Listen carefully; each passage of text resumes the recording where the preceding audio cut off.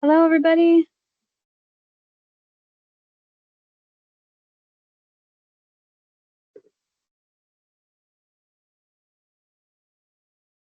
All right.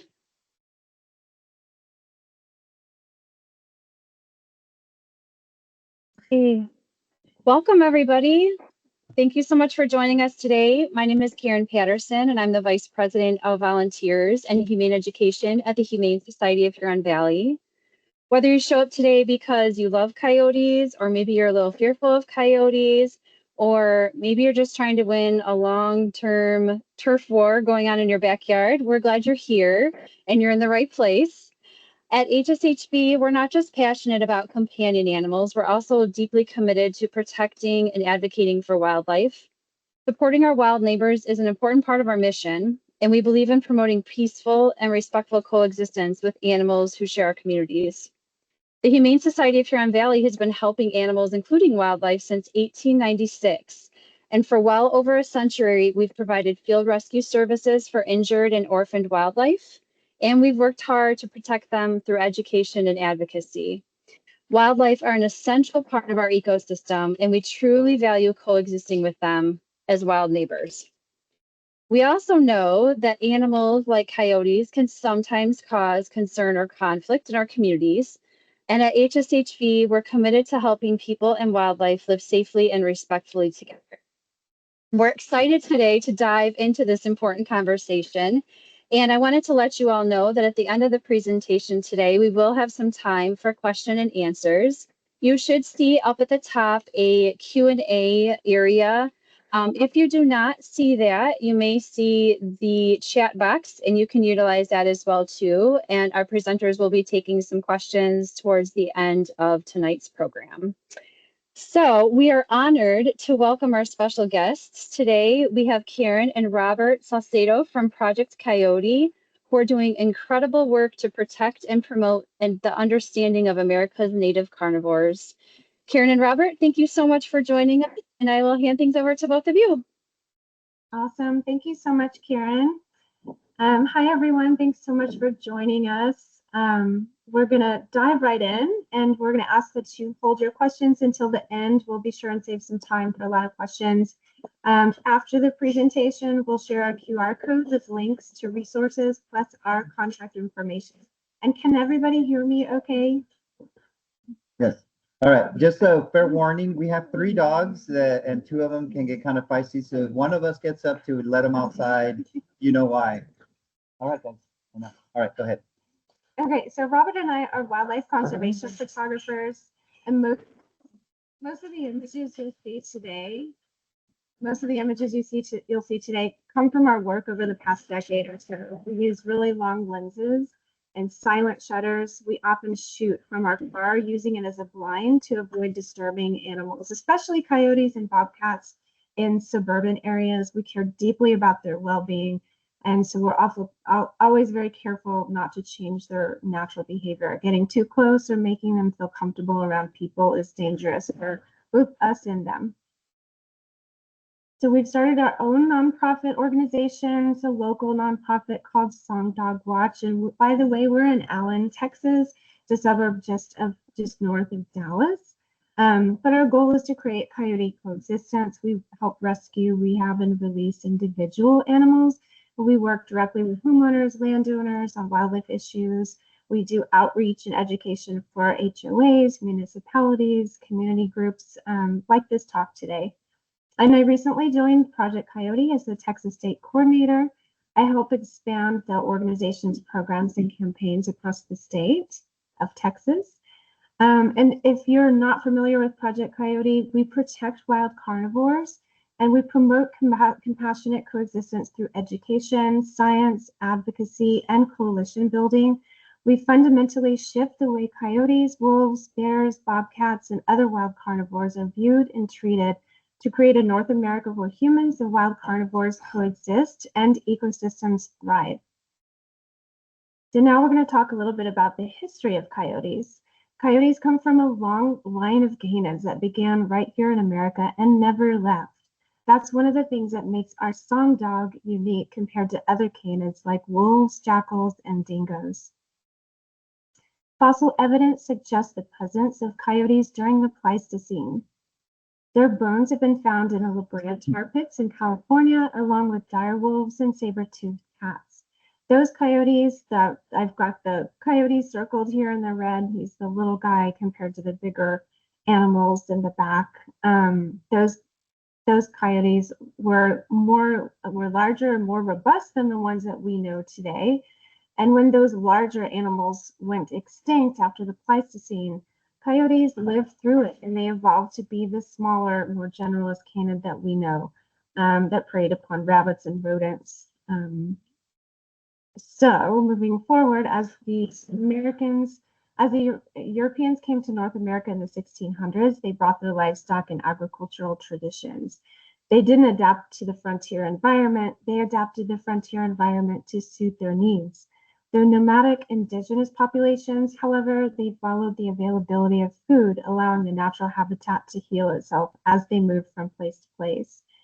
They lived in harmony, but with predators and prey. And in the case of the colonists, predator control at that time was managed by settlers as they needed to protect their livestock. But at the turn of the century, predator control became a federally funded program. And the goal was to eliminate all wild carnivores, including wolves, mountain lions, bears, coyotes, and bobcats to protect livestock and increase game animals. Poison was used for a little while until they realized that it was harming other species. And today, these wild carnivores are still among the most persecuted animals in the United States, despite playing a vital role in healthy ecosystems. With the elimination of wolves, the main predator of coyotes, coyotes can now be found in every state in the U.S. except Hawaii. Deforestation is eliminating suitable habitat for other large animals, including jaguars and pumas. So more adaptable coyotes are filling the void all over the Americas, all the way down to Panama. So we know that coyotes are everywhere, and then their expansion is largely due to the human impact on the environment over the last century. And so coyotes are all around us. We know that. They're howling at dusk, or the paw prints in the mud confirms their presence close to our neighborhoods. But keep in mind the coyotes have been impacting or interacting and adapting to people for hundreds of years. And people can live among coyotes yet never see them. They'll see us before we ever see them. And that's part of the reason that they react the way that they do. And we'll talk about that in a bit. And now coyotes have become well established in nearly every ecosystem. They thrive in grasslands, in swamps, in deserts, tundra, forests, cities, and suburbs. So compassionate coexistence with America's song dog is the way forward. And in the following slides, we hope to show you what that looks like. So seasonal milestones can cause increased sightings and can sometimes be the reason you may be seeing coyotes out during the day. It doesn't mean that there's anything wrong with them necessarily, but this will help you understand why you're seeing them. So January through March, it's mating season. Their hormones are raging. The coyotes are super focused, and mated pairs are inseparable during this time, searching for safe den sites. They mate for life, and they form incredibly strong pair bonds. The mating takes place around February 14th, around Valentine's Day. They're highly territorial, and they're constantly during this time, they're keeping outsider coyotes from breeding with the other females in the family. And you'll hear lots of vocalizations and territorial activity during this time as well.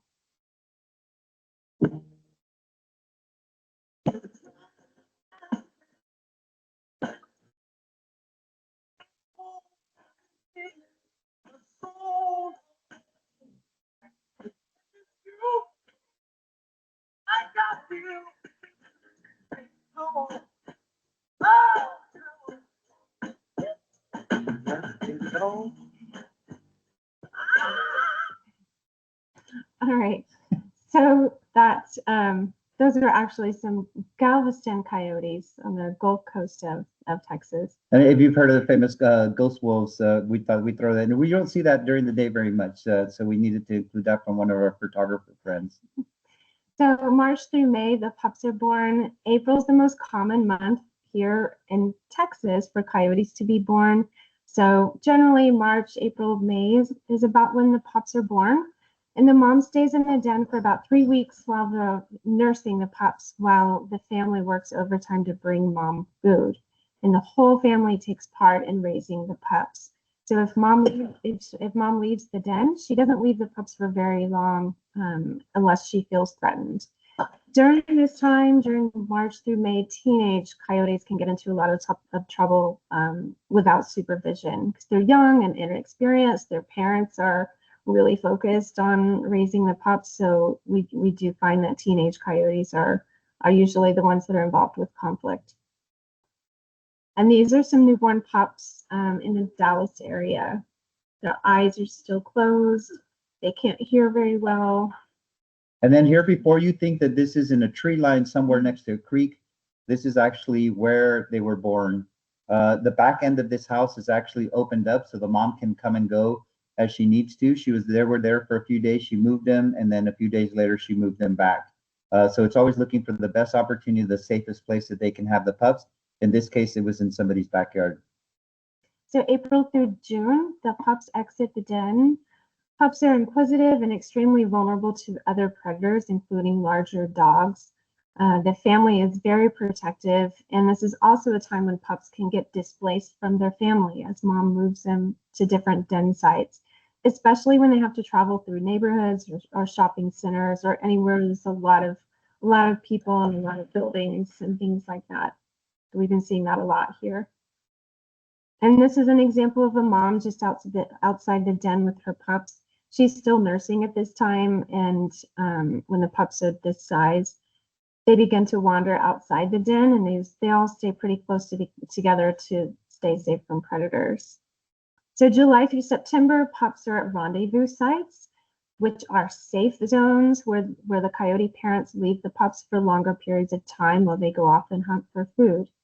They also teach the pups social and survival skills in these areas. And they're usually in an area where fields are adjacent to brushy or wooded areas where pups can run and hide if they feel threatened. So you might see families all together during this time, which might seem like a lot of coyotes out together, but it's really just devoted parents caring for their growing pups. And not all of them will survive, but the parents are still very protective during this time. And this is a video example of a father and his pups at a rendezvous site. He's got a broken leg also. He's a little grumpy. And we'll tell you that, I'll tell you a little bit more about him. But this is a great example of the adjacent tree line. They learn how to hunt in this area. Dad is protecting them, but then they can also run into the tree line, the greenbrier, to protect themselves if anybody goes into this area. Again, this is also a very public area, but this is just a good view of how they rear the pups. September through January is dispersal season. Some pups stay with their families and others go off and find their own territory and mates. These coyotes are inexperienced and they're unfamiliar with new areas. So car strikes increase during this time. We see a lot of coyotes hit by cars during this time. And this is an example of a dispersing age coyote. She's actually a coyote that was in rehab, and we were going to release her the following week. So she looks like an adult. She just lacks the experience. And just to reiterate, these are the 6 times of year that you might be able to see them out again. So when you see a coyote out there, if you look at the seasonal milestones, they're pretty predictable. But this is part of the reason that you may see them out and about, and it's not because they're hurt or because they're looking for people's pets. There's really good reasons for them to be out there. So November through December, courtship, lots of activity and lots of coyotes moving around. Coyotes that are born in April, like I said before, can look like mature adult coyotes in November. Increased sightings and vocalizations during this time. And they're very territorial during this time. So as an example of courting behavior, we thought we were just seeing 2 strange coyotes in a place that we were monitoring coyotes. This was in 2017 when we were just getting started. But the dance here and the tails up are just very indicative of the courtship. So once again, the recap and a shot of a coyote family hanging out on a golf course.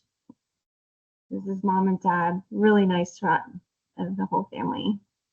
So along with the seasonal milestones, so one of the things that we want you to walk away from this presentation is that coyotes have an important job. And I think that, you know, I always compare it to a wasp, and you never know why wasps. Some people say they're pollinators. Some people, they say they're food for other predator insects. But coyotes have an important job. And go to the next slide. So they're a keystone species and they're essential for healthy ecosystems. And their main job is to manage rodent populations. The absence or presence of this top predator can reshape the ecosystem. And without them, an area can be overrun by rodents, rabbits, squirrels. Does that sound familiar? And even in urban areas, everything is connected. And so their job, when they're looking that they're going to manage rodent populations, unfortunately, you know, people let their cats out, or there's feral cats. Feral cats are generally pretty safe. But you know, if it looks like a rabbit, a coyote is going to grab it. They become a part of the ecosystem. They can't distinguish between domestic animals and wild animals, but they're just doing their job. They just have really bad publicity, unfortunately. So one coyote can eat up to 1,800 rodents per year. They provide free rodent control, although pest control companies would prefer that you pay them for that service. Coyotes help improve bird populations. They keep urban mesocarnivore species that live on the edge of human-dominated areas like skunks, squirrels, and foxes in check. And they even eat carrion or roadkill. And this is a side thing, but the proportion, this is a beaver kill that this coyote is on. We think the beaver was trapped and then it was laid out, and the coyote's taking it. But either the beaver is huge or the coyote is small, and we'll talk about proportion and size of coyotes, both here and in your area in a few slides. They're nature's cleanup crew. They're omnivores, which means they eat meat and plants, and they'll eat just about anything: bugs, seeds, nuts, fruits, rodents, frogs, fish. All these things sound familiar to what our domestic dogs eat. But this is a part of what draws them to human areas. And because they eat plants and fruits, they also aid in seed dispersal through their scat. And you can see the persimmon seeds in this particular dropping. And I don't know about if you guys have persimmon trees up there, but persimmon trees are a native tree species down here. And coyotes love the fruit. They help control disease transmission by eating sick animals. And now we're going to talk about threats to coyotes. The coyote is killed every single minute here in the US. Unfortunately, their main threats are humans or are human related. And because of this, most coyotes die before the age of 3. And as cities grow rapidly, we're building neighborhoods dense with people right up against remaining wild spaces. That increases the chances of us encountering wildlife, especially coyotes. Many new residents don't know how to live alongside them, and most cities haven't invested in the education needed to help. And the Dallas-Fort Worth area is home to over 8 million people and their 5 million plus pets. This kind of growth leads to habitat loss and fragmentation, which not only reduces biodiversity, but it also forces wildlife to adapt in ways that can lead to conflict. And from what I understand, I think Michigan is about half that size. Maybe the greater Michigan area, or greater Detroit area, is about 4 million people or so. But still, we're growing as a nation. We're just developing everywhere. Vehicle strikes. Most coyotes who are venturing out on their own in unfamiliar territory fall victim to fast-moving traffic. So please be mindful when you're driving at dawn and dusk, and know that wildlife may be trying to cross the road at this time.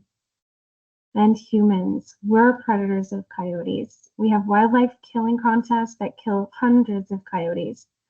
Trappers hired for predator control, night hunting, and vigilantes living in our neighborhoods kill many coyotes. And Project Coyote has been working for years to bring an end to wildlife killing contests.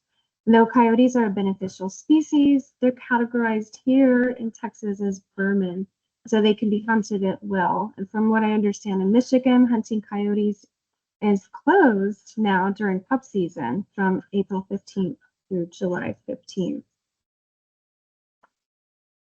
So if you'd like to get involved in Project Coyote and the work that we do to protect wild carnivores, you can join our e-team to receive our newsletters and get action alerts sent to your inbox whenever we need help on issues, both in Michigan and nationwide. And you can scan that QR code and it'll take you to a place to sign up. So also, if you don't follow us on social media already, please do. You can learn more. So this is a very important slide. Something that humans have in common with coyotes is coyotes self-regulate their populations and will only produce as many coyotes as an area can support through resources like food, water, and shelter. So killing coyotes doesn't work as a control option in the long run and can create the opposite effect. A stable pack has only one breeding pair and they mate for life. Removing a family of coyotes can create an undefended area where transient coyotes can move in. And transients fill the voids created when we kill resident coyotes from a stable pack. If a breeding female is killed, it could result in other younger, inexperienced females going into ovulation when they usually wouldn't. Coyotes respond to population decline by increasing their reproductive rates with larger litters, resulting in more coyotes. And if you leave them alone, their numbers won't grow.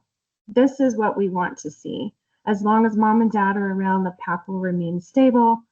And as long as mom and dad are around, they'll teach their young how to avoid humans, how to survive. And this area to the right, not all those pups will survive. It doesn't mean that we're going to have that many pups out there that survive, but they might. But this is just their biology.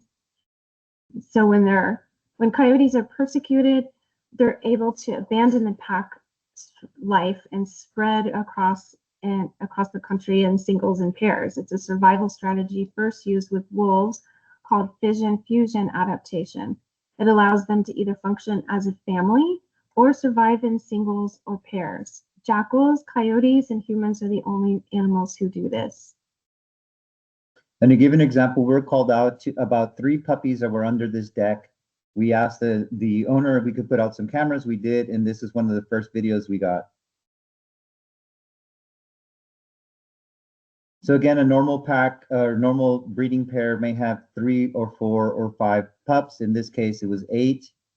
So we knew immediately that this was a pack that had been stressed somehow, and the adaptation for survival was to have an abundance of pups.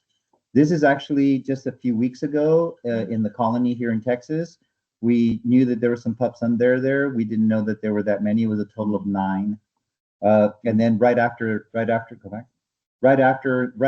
this happened, there was a storm here. The pups dispersed. They went all over the place, and we actually ended up with a brother and sister.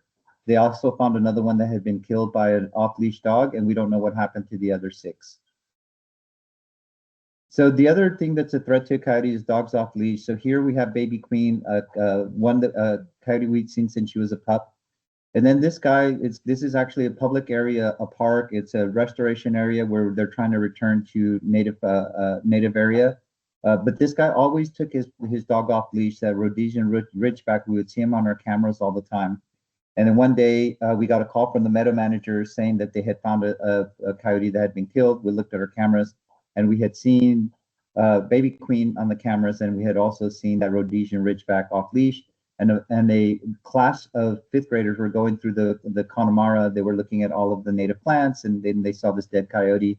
And in a lot of cases, coyotes, if they cannot run or will not run, sometimes they stop, they shut down, as one of the things that they learn when they're puppies is to hide. And that's a lot of times how they get killed by off-leash dogs. So I'm going to go through quickly, the coyote myths. Coyotes are deeply misunderstood. And we're hardwired to tell stories and create monsters like the big bad wolf. So the constant stream of this misinformation about coyotes on social media and the news that cause people to fear them even more. And it just creates hysteria, when in reality, we just need to understand their behavior, understand what they do and why they do it. And that way we can coexist, not just with coyotes, but with wildlife in general. So the myth is that coyotes are a major danger to humans. And reality is that coyotes are naturally wary of people, and over time they can unlearn fear if they're fed or the fear isn't reinforced. So they're quick learners, so they respond well to hazing, and we'll talk about that in a little bit. There are instances where coyotes have approached some and even bitten humans, but the encounters are largely preventable and are statistically unlikely. In this case, I was watching this coyote in the field, and this guy actually walked into the field and unleashed his dog, knowing that the coyote was in the field. So he was doing it on purpose. So in a sense that he was trying to create this conflict, assuming that his dog was going to kill a coyote. The coyote would have outrun the dog. And I yelled at the guy and said, "You need to have your dog on leash." The dog didn't want to go in the field, and he eventually leashed him and went back up to the baseball field.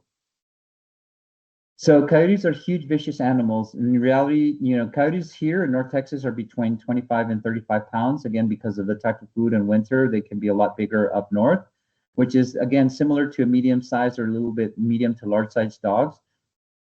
I think they can get up to about 45 pounds in Michigan, and they generally look lean and they look bigger during the winter because of the fur.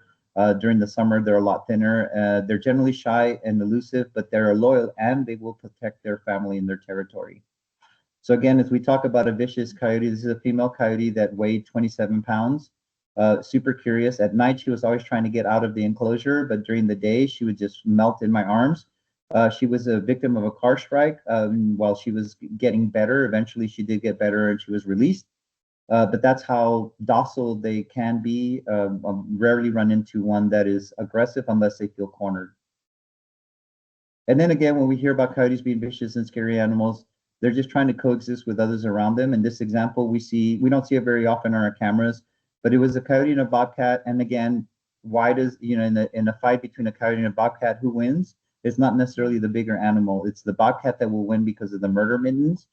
In this case, you see how scared that coyote is not to want to run into that bobcat because they can't afford to have a scratched eye or to limp or to anything because it affects their hunting. And so they would rather avoid the conflict. So can you all hear that? Oh, okay. Well, then, so it was coyotes yipping. And we would like to say there is that you hear a number of them. Well, it's a shame that you can't hear it because there's several coyotes, and generally here we ask how many do you hear, and people can hear 3 to 5 to 6 coyotes, and then Karen starts talking about why their howling is important and what it means. So the coyote's scientific name, Canis latrans, means barking dog. Coyote howling is an ancient language that's evolved since the Pleistocene. Their ability to create a variety of vocalizations causes a few to sound like a chorus of many. They yip, howl, and bark to defend territory, locate family, celebrate family, warn each other of danger, and greet one another. They can hear each other over 3 miles away. They don't have cell phones like we do, so that's how they communicate with each other. And they're highly social, so family means everything to them. So when you hear that a coyote killed or celebrating a kill, that they don't advertise their food source, so that's just a myth. What they're doing is they're actually celebrating each other. They're trying to geolocate each other. We're going to give you an example of this. So you can't hear that, right? Oh, no. Okay, so go to the next one. So there, the example there, you could hear them howling, and if you were to see the one that was at night, because you're not there, you can hear that there's a howl on one side and a howl on the other that eventually get together. Essentially, they're trying to find each other after being separated all day. They come together, then they run their territory at night. And you could see when they greet each other, they're happy to see each other. There's a pack structure, there's dominance, there's submission. And so you get to see a lot of like the interaction, the behavior that is not tied at all to trying to corner an animal or celebrate the kill. And then we have this cuteness warning.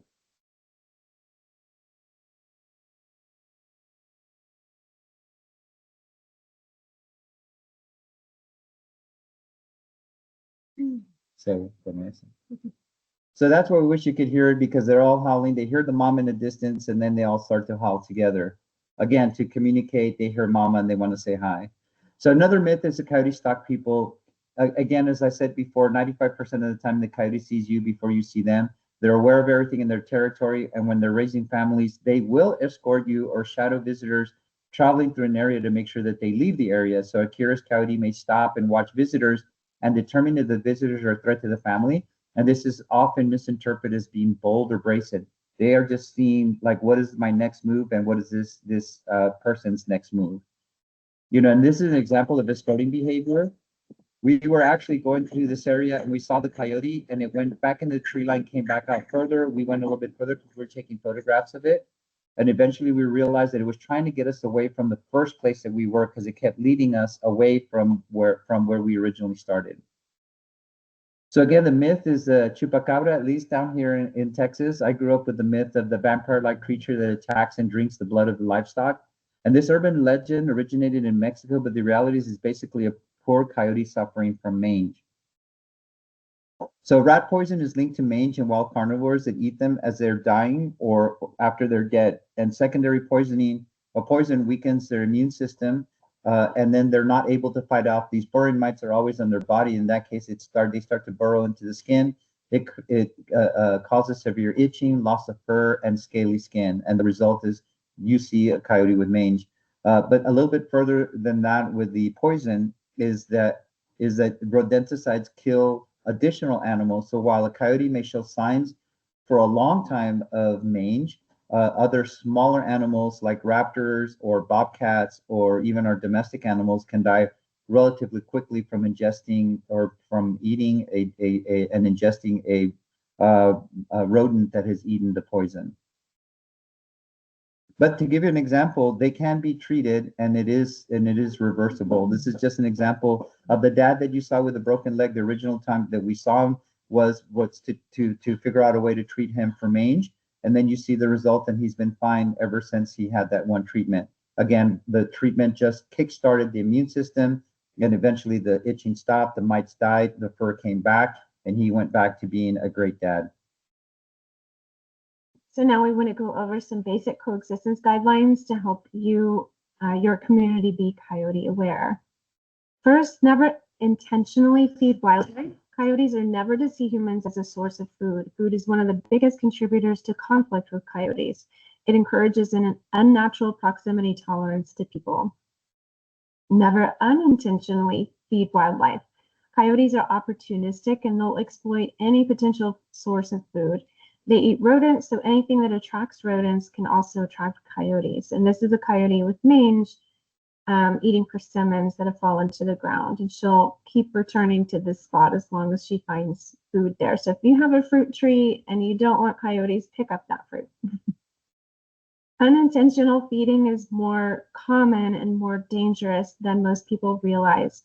Eliminating attractants is one of the most important things we want you to take away from this presentation. It's not just cat food left out for strays, but it's also well-meaning actions like tossing snacks at a coyote to distract him from a child or a stroller. That teaches the coyote to associate kids and strollers with food, and eventually it may approach playgrounds or families expecting to find a food reward. Secure trash and compost and don't let your bins overflow, especially after holidays, birthday parties, big events. We see a lot of conflict happening right after those holidays or those holiday weekends. Take your trash out the morning of pickup and not the night before.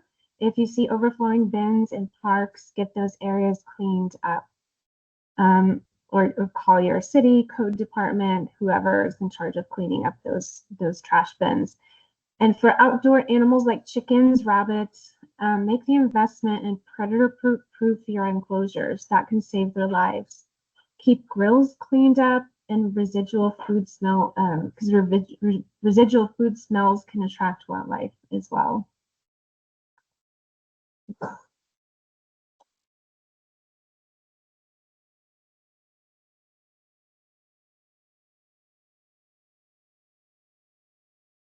So pick up food deliveries on your porch right away.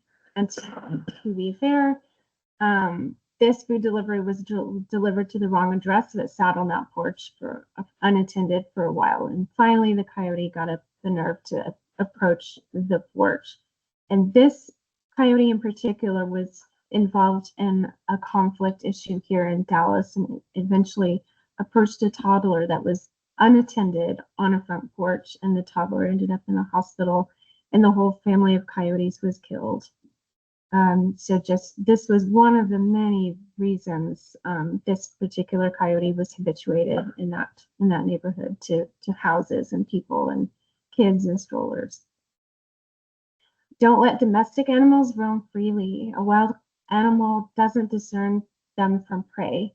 If it looks like a rabbit, a coyote's gonna grab it. Eliminate accessible water sources. Coyotes know where the natural water sources are and where it puddles up in the street from our sprinklers. So providing bowls of water in your yard isn't really necessary, with the exception of extreme heat. Down here in Texas, we get whole months full of 100-degree plus weather conditions. So in that case, it can potentially save lives. But the water, the further away from your house or your door or people in general is better. And discourage coyotes from entering and denning on your property. Motion sensor lights or sprinklers can be used to deter wildlife. Close off any spaces under porches, decks, or sheds. And don't panic if you see a coyote. A sighting of a coyote doesn't always require a response, especially if they're in their natural habitat. Never approach a sick or injured coyote, and never corner a coyote. Always provide an exit. Teach children about native wildlife and how to safely respond to a coyote or even a loose dog nearby. Authorities should be notified about aggressive coyote encounters. And aggressive means that they're snarling or they're lunging towards a person unprovoked. And unprovoked is the key word there. These signs are similar to those shown by domestic dogs. Respect, compassion, and education are excellent tools that nurture compassionate coexistence. Share what you've learned here with your community. And last, we want to talk about hazing. When a coyote shows up in public areas where humans are, we need to make them feel uncomfortable so they don't feel safe there. The goal is to deter them, not harm them. So just standing there taking pictures only teaches a coyote that people are not a threat. Most of these coyotes are under a year old and they're still learning. So like dogs, their behavior can be modified. If we set boundaries early, we can prevent problems later. Proper hazing reinforces a coyote's position in an ecosystem. Coyotes have evolved to avoid larger predators like wolves and bears, so they respond to bold, confident behavior. It's how they survive, but it needs to be consistent and community-wide. And keep in mind, hazing isn't always effective if your dog is with you. The coyote will just focus on the dog and won't necessarily get your message. Some basic hazing techniques: stand tall, make yourself big, wave your arms. I'm sure you guys have seen a lot of these things before. Use a noisemaker with your voice or an air horn here. A projectile is really important, not a food item, but something like what we will show you in another video, a great example that's pretty effective. But it's important to understand that hazing through the eyes of the coyote, so we can encourage a reaction and a behavioral change. So you've seen these 10 steps. The last two about hazing are from our point of view. And as Karen mentioned, you may not have picked up on it, was that the behavior can be modified. Understanding that coyotes manage a certain area. When you see a coyote over and over, it's generally the same one or from the same pack. And if they see you before you see them, in a lot of cases, when you see them, then you freak out and don't know what to do. This is where we want to talk about the stages of hazing when you see it through the eyes of the coyote itself. And so the first step is acknowledgement. They see you and you see them, and they realize that you see them, and they're kind of looking at you like, they know that there's now this, I see you, you see me, so what's next? The second one is the evaluation. The reason that they stay is not because they're bold or because they're challenging you. What they're doing is, should I stay or should I go? Because generally they're in an area that they've always been in, that there hasn't been any conflict, there isn't any problem. Now all of a sudden, they need to do something different. So the first thing they do, especially if you make a noise or you go towards them, they give you 20 feet. So they take off and they run and they turn around. Again, this is also this misunderstanding that they are bold because they stopped and they just looked at me like they really didn't care. But in reality, what they're doing is they're creating this distance between the two to find out if you're a friend or foe. Now remember, when you walk out of your yard and you say hi to your neighbor, say, "Hey neighbor, how are you?" is the same as like, "Hey coyote, get away." And if they can't tell the difference, a lot of times when you walk towards them, that's when they realize that you mean business. So then when you start going towards them, it takes off again and it's kind of looking and reevaluating whether you're following it or not. And if you keep going, they will keep going as well. And they generally will leave the area. But because it's behavior modification and because yesterday was okay to be here, they will take off. They'll go around and instead of coming back this way, they'll come back another way.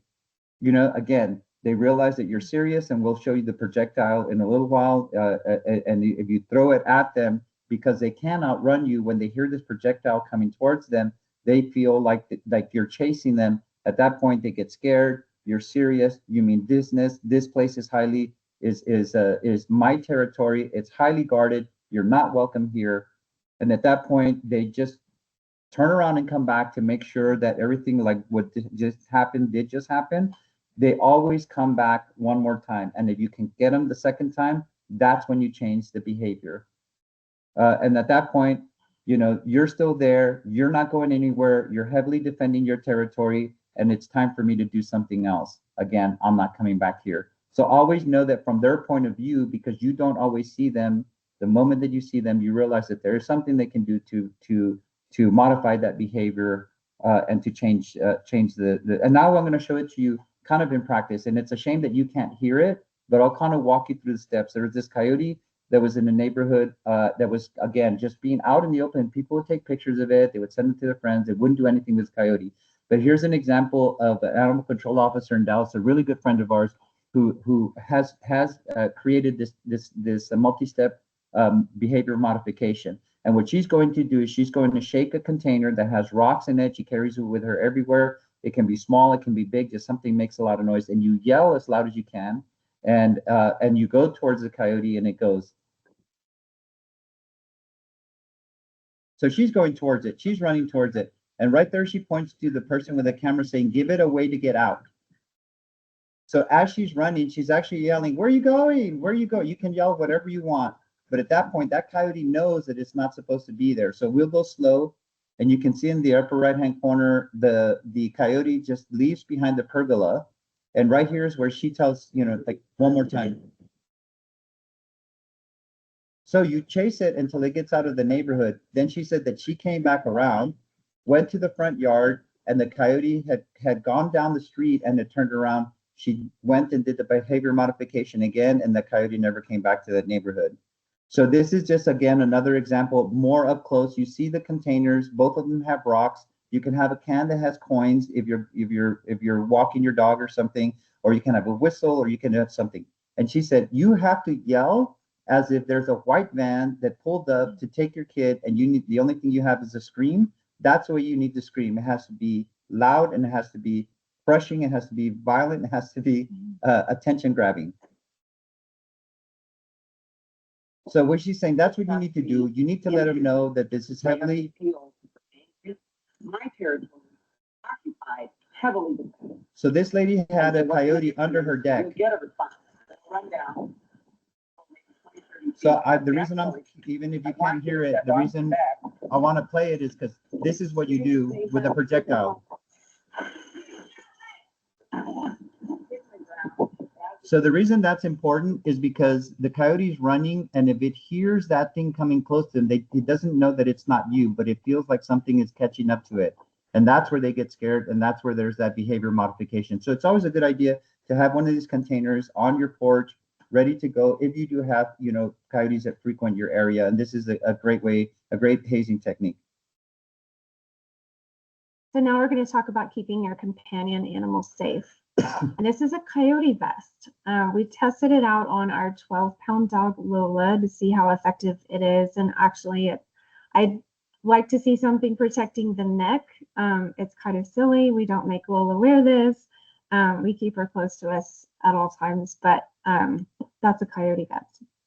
Negative encounter with companion animals generally involve coyotes who are habituated to people in neighborhoods, often because they're being fed, or coyotes who are protecting their territory and pups. Don't leave companion animals outside unattended, especially cats, small dogs, or geriatric animals, even if you have a fenced yard, particularly after dusk. Never let your dog interact with or play with a coyote. And their food and water should be kept indoors as well. Use an 8-foot tall fence made of material that coyotes can't climb.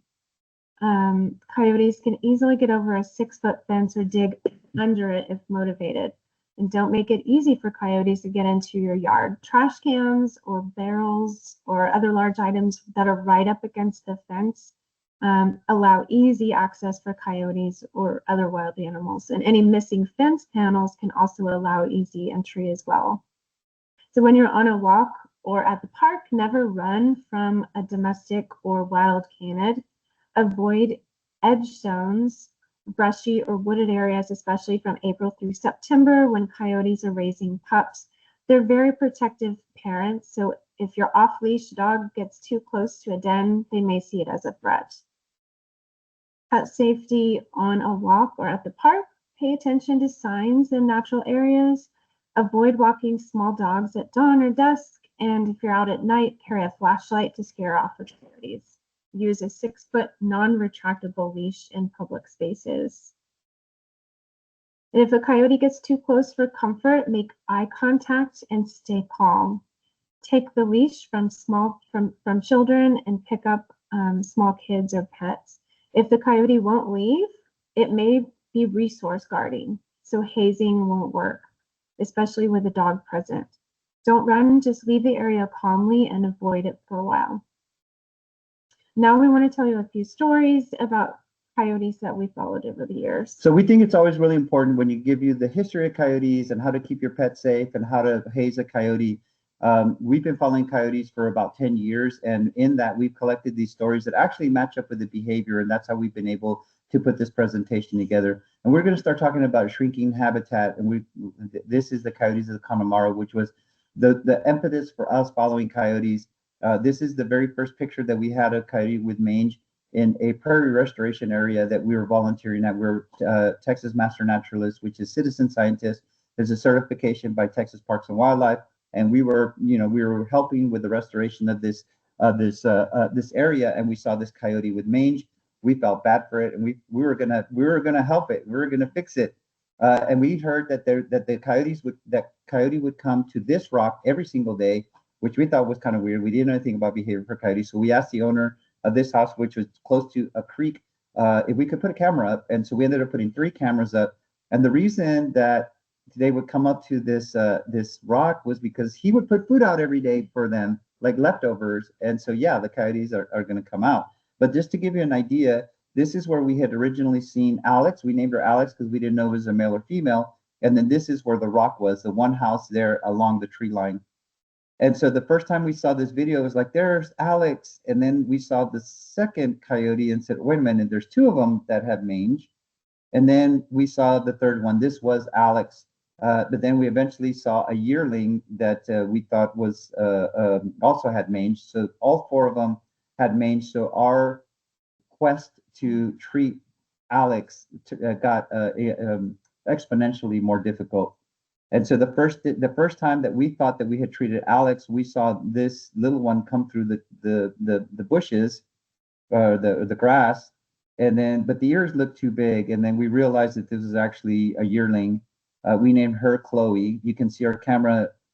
We were about maybe 150 feet away in our car. The sun's going down. It's a lot darker than this, so she's apprehensive, but also she's coming up to the rock, and this is the medication that she got.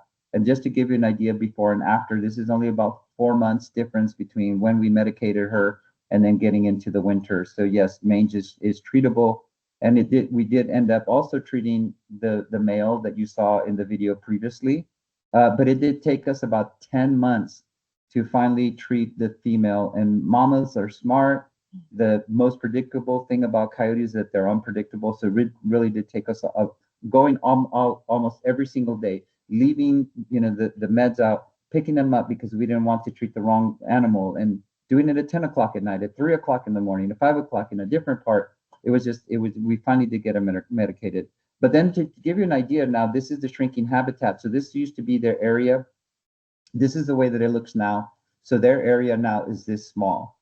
And then also what you see is that there's a white, path that you see between the green spots and the orange spot. That's actually a walking path that actually is going to be a 14-mile walking path that's going to go from McKinney all the way down through, almost to Dallas. So it's just going to push people right up to the coyotes. So much so that here's a coyote that's going through our camera frame, and people up there totally oblivious to the coyote coming through. And then you saw a different angle of this. This was actually, we called them stranger danger. We actually ended up calling these two coyotes, Natasha and Boris. They displaced Alex and Rocky, who we had seen before. And we could tell they were different. We were still trying to figure out characteristics in trail cameras. That guy had put food out, and they did not eat the food. So we knew that they were not our coyotes. And so this is now a few months after this video. This is Natasha on that beaver kill, and this is Boris, beautiful, beautiful coyotes. And then if you notice the stance that he has, so you hear in the distance, you can hear a coyote howl. And then here's his response. And you notice this is the same thing that we have our Song Dog Watch logo. Again, Boris is very near and dear to our heart, but that's the way they communicate, one far away and then one close. And then this is something that's very unusual that you see maybe once or twice a year. So this is Boris very calmly walking down. This is one of their offspring. Then that's Fat Belly. Then Itchy comes up from the side, and then Mama comes in the frame. But look at her, Mama's getting ready to have pups. And then White Tip shows up behind them. This is the last time that we saw them all together, and it was the day before she dropped the pups. And generally, once she has the puppies, 2 or 3 of them will take off. One will stay with the mom and dad sometimes. In other cases, they'll all take off, and they'll just be the mom and dad. This is a time where we see everybody come together right before the pups are born, and we've seen it in several litters. So after they're born, these are the puppies. So here you'll see 4 puppies, and one of these is actually baby Queen, the one that you saw that was killed. So again, this is on May the 22nd of 2020. There was 4 in this series of videos. The next morning at 9:23, there was only 3 puppies, and we never saw the 4th one again. So again, if you imagine these puppies are maybe 5 pounds, so they're really, really tiny. They may look a little bit bigger than they really are, but again, they're just as fragile as any puppy that you would put out in the middle of nowhere. And then this is just an example of the sibling of the previous litter babysitting. So he needs to make sure the babies are okay. So here's one of the babies, and then in the far distance, we actually truncated this video so you can see the second one. So here comes the other babies scurrying by. So again, it is a family affair to raise them. So a couple of years later, now you see them digging their next den. You can see the beautiful fur that Natasha had before. She doesn't have it as much anymore. Her tail is a little bit bare. She has more of the signs of wear and tear of being a mom, but also slight amount of mange. And then, so this is March of 2021. She's pregnant day before she had puppies. She looks very frazzled. At this point, she's older. And then in the distance, also coming up slowly is Boris. So after this, we didn't see Natasha very much. She was in the neighborhoods. She was in the neighborhoods which are really close to this. But we do see one of the offspring with a new female, and Boris is still teaching him the ways, the ways of the Connemara. So this is really sad here. So he's howling. He stops to listen. There's no response. Thank you. Then the response never came. So shortly after this, we never saw we never saw Natasha again. But, you know, the Coyotes continue. This is the next family.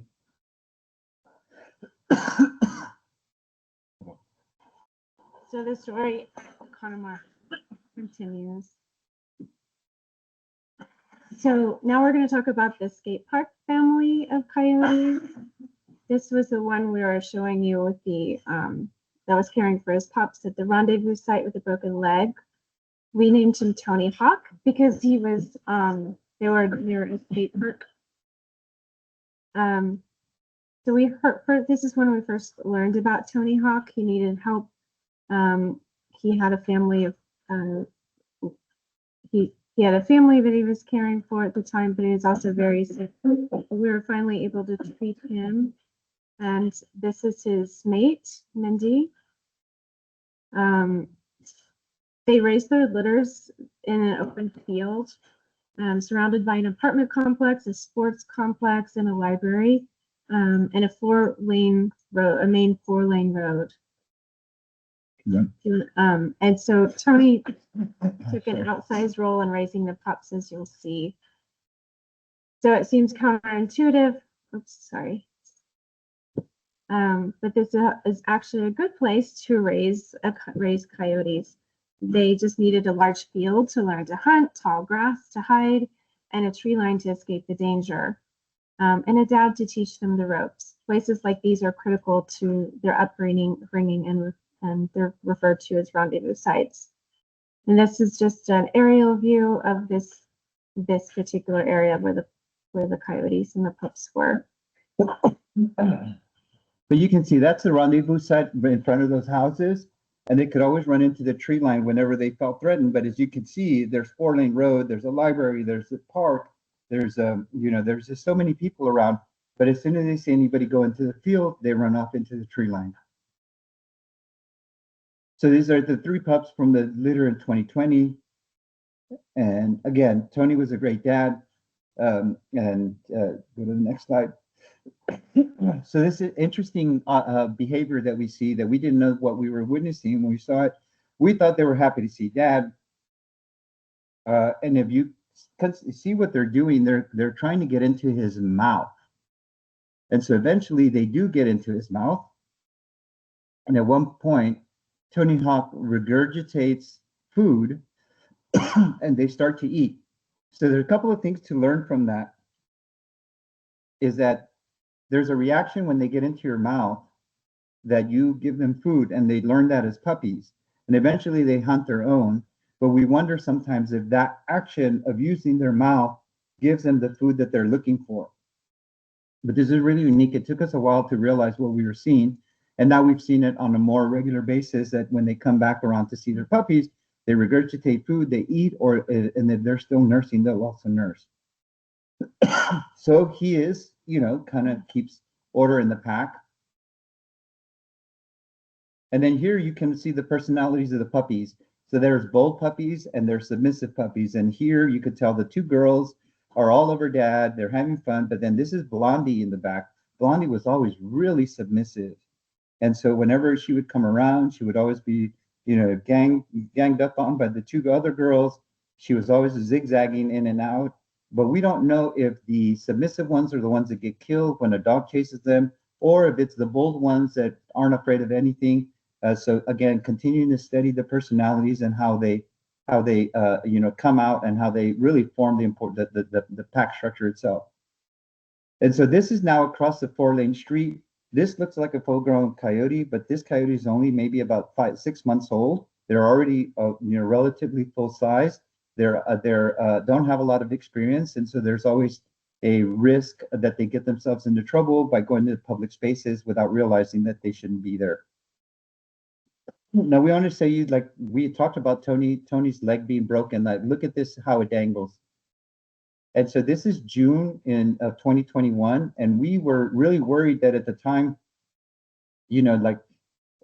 we've learned not to do anything with coyotes that have broken legs because they have to figure it out. In this particular case, it's June, the middle of puppy rearing season. And if we were to take him out, what would happen to the puppies? And again, this was not that we were to take them out. It was do we do it? Do we not do it? We'd never done it before. We wanted to help them. We've been watching them for a couple of years, but we decided not to because of the pups. And then go to the next video. That's actually him a year later. He does limp a little bit on it, but it healed. And there's Mindy coming up behind. And so again, then you think it's like, man, if we would have pulled them, the pups would have died. What would we have done with a coyote with a broken leg? So when we get calls about coyotes with limping, that are limping, we always want to monitor first. If they're not getting up, if they don't get up, obviously they need help. But if they're still mobile, they're still catching prey, they're caring for pups, we typically don't interfere. So we're wrapping it up. I think our dogs are ready for us to be done too. The Project Coyotes developed a model coyote coexistence plan. It's a 65-page comprehensive science-based framework that any city or community can adopt. It outlines clear protocols for responding to sightings, establishing feeding ordinances, launching public education campaigns, and using non-lethal strategies to reduce attractants and reinforce healthy coyote behavior. It's a proactive approach designed to prevent conflict before it ever begins, and it empowers communities to respond with consistency, compassion, and accountability. Education should be a responsibility. So if you are interested in having a coyote coexistence plan for your community, if your community doesn't already have one, they don't have to start from scratch. You can use that QR code to go to the plan. And if you don't want to enter all the information, you can just click on that cover and it'll take On the you website. on the website and it'll take you to the PDF of the plan. I think the good thing about this, I call it an analog chat GTP of like information. There's a lot of techniques in there and a lot of information, a little bit of what we presented here, but you can just flip to the things that again, there's hazing techniques and there's keeping pets safe and stuff. So it's a really good document. And that's it. And this is that QR code in our contact information. Yeah, this takes you to our website and you'll see the resources that we talked about so you could get more information. Again, this is about sharing as much information as possible. So at this point, we're ready to answer some questions if you have any. Okay, great. Thank you so much, Karen and Robert. That was amazing. And I really love all the videos. Coyote are an animal that I haven't been able to see up close often. And I really appreciated all of those. We do have a few questions to start with. So the first one is talking about this ban on hunting season or on hunting during pup season. And people who are arguing against having a ban on hunting during pup season often say that the mother doesn't leave the den anyway while nursing for those 3 weeks. So the question is, what is the best way to respond to this type of argument, in your opinion? Well, if the mom doesn't leave in 3 weeks, so there was a situation here in Frisco where somebody was bitten. Like, so it's one thing for pups in 3 weeks are not ready to be out on their own, and so a person had been bitten by a coyote. The authorities came out. They found 3 coyotes. They killed 3 of the coyotes because they said they fit the description. And we asked if one of them was lactating, and they said yes. So we know that there's puppies out there somewhere that are going to die. And so, the fact that the mom doesn't leave when the puppies are born doesn't mean that they're not going to impact the puppies. And to be honest, depending on the weather, if the weather is good and the pups can stay warm, like here in Texas, it's pretty warm when they give birth sometimes. Sometimes it's not. But if the weather's good, she'll take off. She'll take off and leave them in that little pile. They're all together and they keep each other warm. If she hears a noise like a distress sound, like if someone's calling in, a coyote using a distress sound, like a bunny in distress or a squirrel in distress or whatever predator calls they use, depending on the personality of the coyote, she might get up. She might be looking for an opportunity to get food. So it just depends. So they're not literally not moving from that den for 3 weeks. They potentially will get up and get themselves shot and then leaving pups, behind. Yeah, does that answer the question? Yeah, I think so. Thank you so much. And just as a quick reminder before we go on to the next question, if you do have any questions, there's the Q&A up at the top or on the side, depending how your screen looks. You can enter your question in there and we will get to as many as we can tonight. The next question is there a way to tell a difference between a dog footprint and a coyote footprint? So That's a good question. yeah, I'm not a tracking expert, but typically coyotes are a little bit more narrow. There's a lot of really good resources online. I'm probably not the best, but dogs, their toes are kind of spread out a little bit more sometimes and more splayed as they're running. Also, the pattern, like coyotes are focused. They're going to go in a straight line. They're not going to like wander off like dogs. So like I said, there's probably better tracking experts out there. I think we always say, like, when we talk about dog paws and we talk about coyote paws, and when you see them again, they tend to be a lot smaller, so you may think that it's a puppy when it actually is a coyote. And like Karen said, that you'll see one, then you'll see the next one, and then you'll see the whole series. There's a really awesome app out there called iTrack Pro.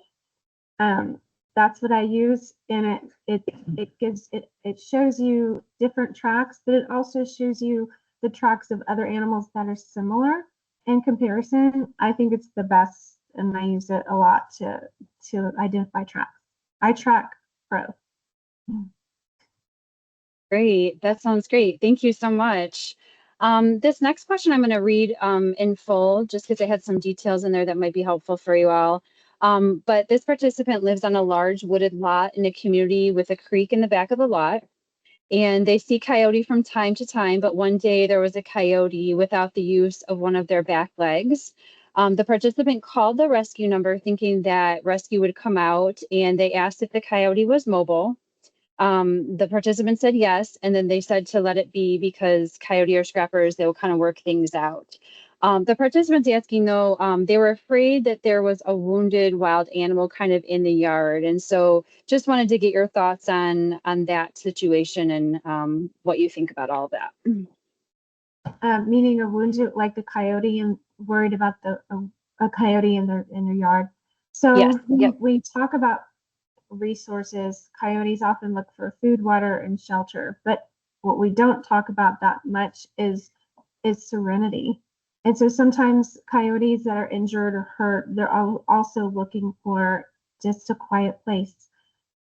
It's usually a yard that doesn't have a dog, a large dog. Sometimes they can smell when there's larger dogs, so they'll avoid those areas. But if the yard is free of other potential threats or predators, they may just need a place to lay for a few days. It doesn't mean that they're going to live there forever. If they're finding resources like food, like cat food, compost, things like that, that's readily available for them, they'll stay longer. But that's why we want to avoid those attractants. But that's, if you don't want them there, using hazing, things like that can get them to go away. But I think you did the right thing, calling a rescue. Typically rescues won't help adult coyotes. I find that some of them won't help with adult coyotes because they don't do that great in captivity, and they actually just don't heal that well in captivity. They heal so much better in the wild and faster. The other thing is not knowing what the injury is. And so in a lot of cases, sometimes they can be running through an area, they can sprain a foot, they can cut a paw. They can also, when they're being chased by other coyotes, they tend to nip at the back of their legs. And so when you see a lot of the coyotes that are limping from back leg problems, it's generally they're being chased out of an area and they get bitten on the back by other coyotes. We'll give you one story that we're working on that we are going to put into our presentation. It is about a coyote that we got a call from animal control that had a irrigation cover on her foot for almost 3 weeks. They had seen her, they couldn't trap her. Then they called us one day and say, we have her, we don't know what to do. And so when we got her, we took her to emergency vet. They said the tendons were all cut. And so the option was to euthanize or to amputate. Now, this is a wild coyote. So Karen immediately started calling researchers. We called we worked with the wildlife hotlines, got the best consensus, and it's like you can amputate and release. And then it was a female, it was in August, and trying to keep it not too long from its family. So we made all these kind of arrangements. We decided to amputate and release and not euthanize. We worked with Texas Parks and Wildlife, with the wildlife hotlines, with several researchers, got all the information we needed, amputated the leg, and in 6 days, with sutures all the way down its chest, released her into the same tree line where she was found. And it was adjacent to a series of soccer fields. And so that we knew that she used a creek line. And then there's rural areas close by, but we released her and didn't hear anything. And about November, Karen happened to be on the next door somewhere, and somebody had video of a three-legged coyote 7.5 miles away, the same leg amputated all the way up to the chest. And we said, that can't be Luna. We named her Luna. And then when she called animal control, she goes, that can't be her, because we heard that she was over by where you released her 2 days ago. Wait a minute. So there's been 2 sightings of a three-legged coyote. Then we had cameras in the tree line, and then we ended up finding her on one of the cameras in the tree line.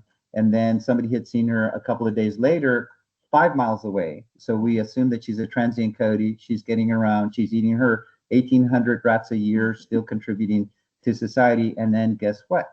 A few months ago, we saw her on the tree lines with a boyfriend. So she's running around with a male, and it feels like torture when she's hopping around on 3 legs, but she runs fast. You can't tell that she has 3 legs when she's in the full sprint. And so again, they're very resilient. A three-legged coyote, whether they were in a trap, if they get in a leg trap, they will chew their foot off so they can get out of the trap. And that happens a lot. Or they get they get cut at the elbow. But here the idea was to do a clean cut. So she's out there, people see her, there's videos on Instagram, people that have seen her and like, oh, poor coyote. And it's like, yeah, she's doing okay. So yes, they are very resilient. Did that answer the original question? Yes, yes, I believe so. Yep. Yes, thank you. I love that story though. We just have one more that's in the Q&A box, but this one is about mange, and you had talked a little bit about how coyote can get mange from eating rats who have been poisoned. Is there any other way that coyote can get mange, is the question. Yeah, if their immune system is compromised in any way, whether it's from, just being sick, not being healthy to begin with, or older, and their immune system's gone down, or drinking something, toxic. There's so many different toxins in our environment that can weaken their immune system. But it has been linked to rat poison.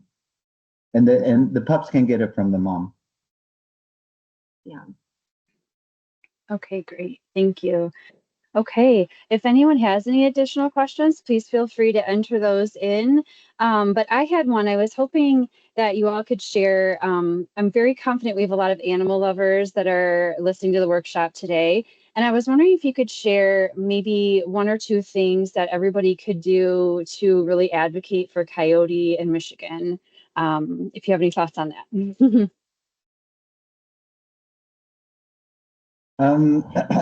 I think I